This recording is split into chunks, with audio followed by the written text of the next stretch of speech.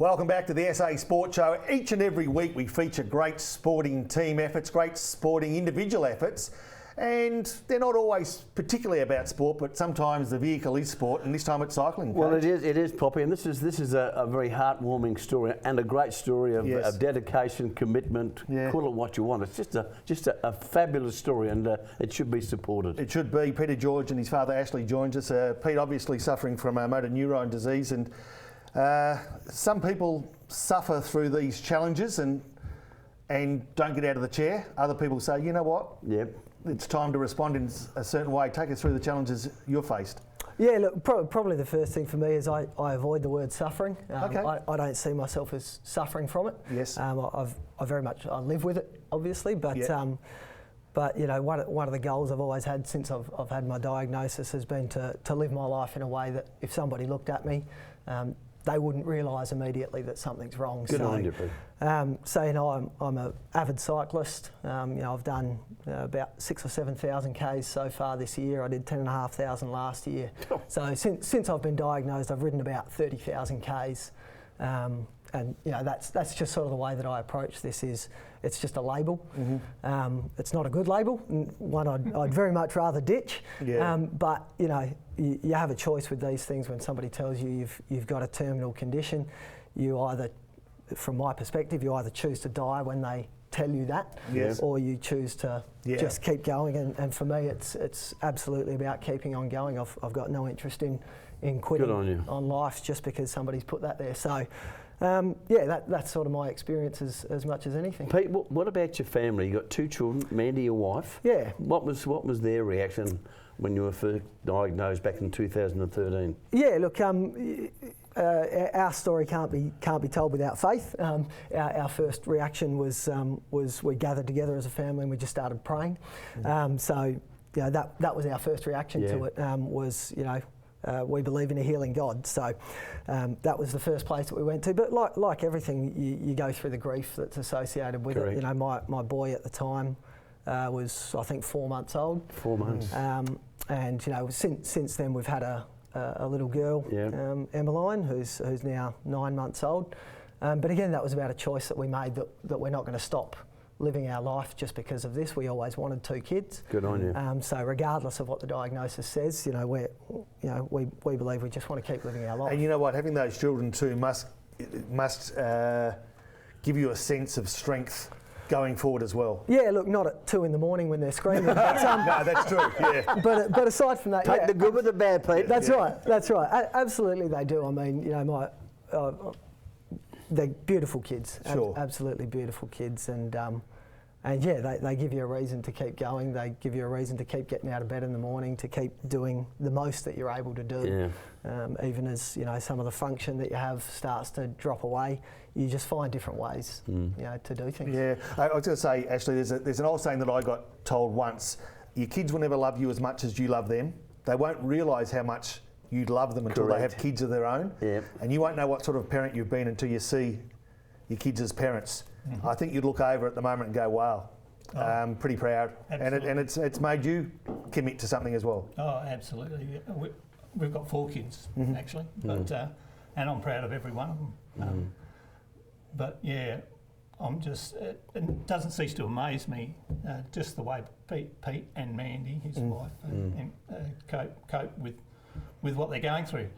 And he's right, he takes every day just, you know. A fantastic attitude.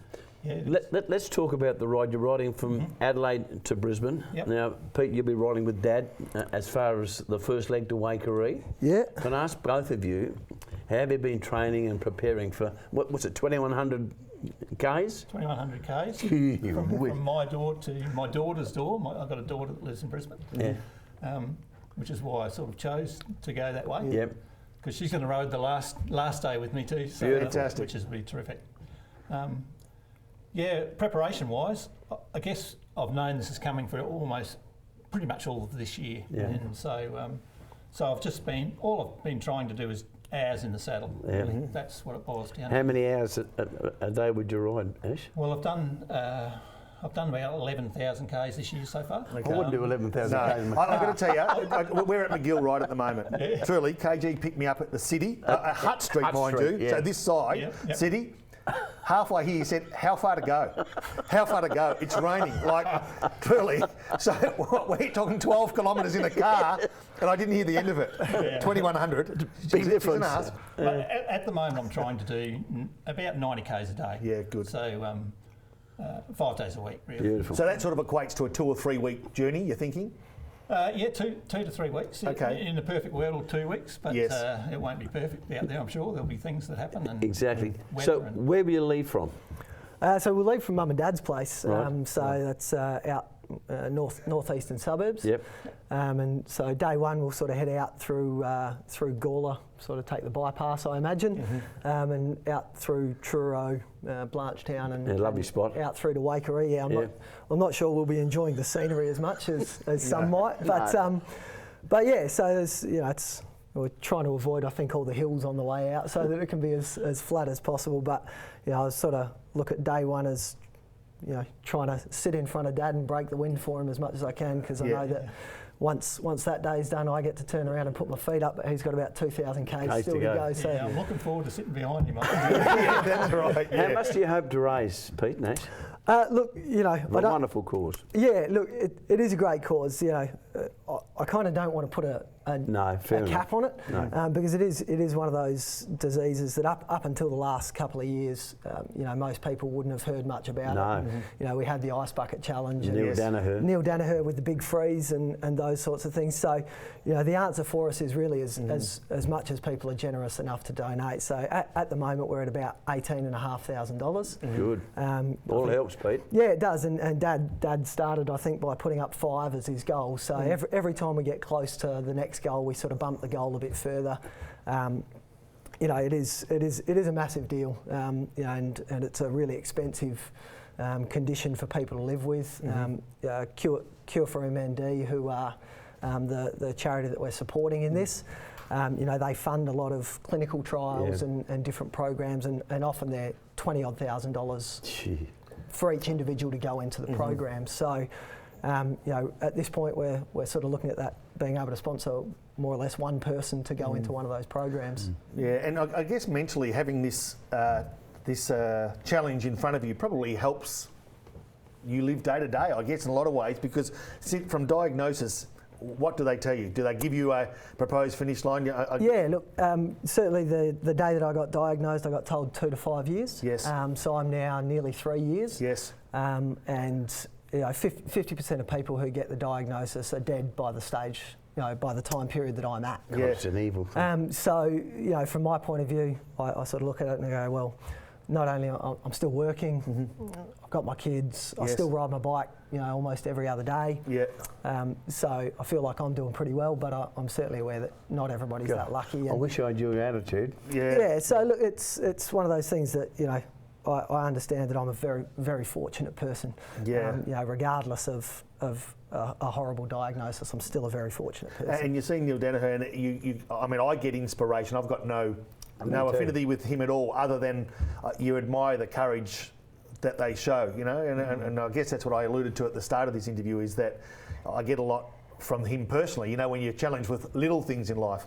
Do you still get that sort of inspiration from him or others? Yeah, look, I've sort of met with a bunch of people over the last couple of years in particular, and everybody's got their own story, and that's and obviously I'm the same, and everybody that you meet, you take something different from their experience, and like I say, some people have got it much worse than I do, and I sort of feel like in some ways I owe it to them to make the most of it. You're doing well. So when do you start the ride?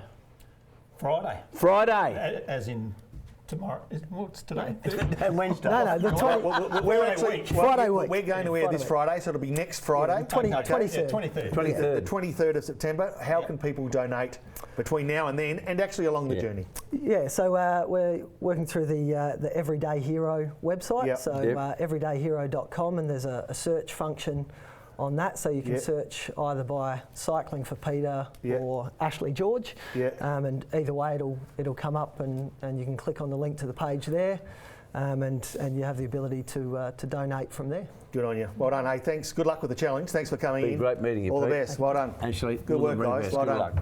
There you go, Ashley and Peter George with a challenge. How inspirational was that? Enormous challenge ahead of them. But if you want to get involved in a small way even, I'm sure that they'd appreciate it. It's everydayhero.com and just search for Cycling for Peter or Ashley George. Make a donation. Very much appreciated by both gents who have, as I said, got a big challenge ahead of them. Our challenge, not so hard, but we got loads more sport to talk about on the SA Sport Show. See ya on the other side of this break.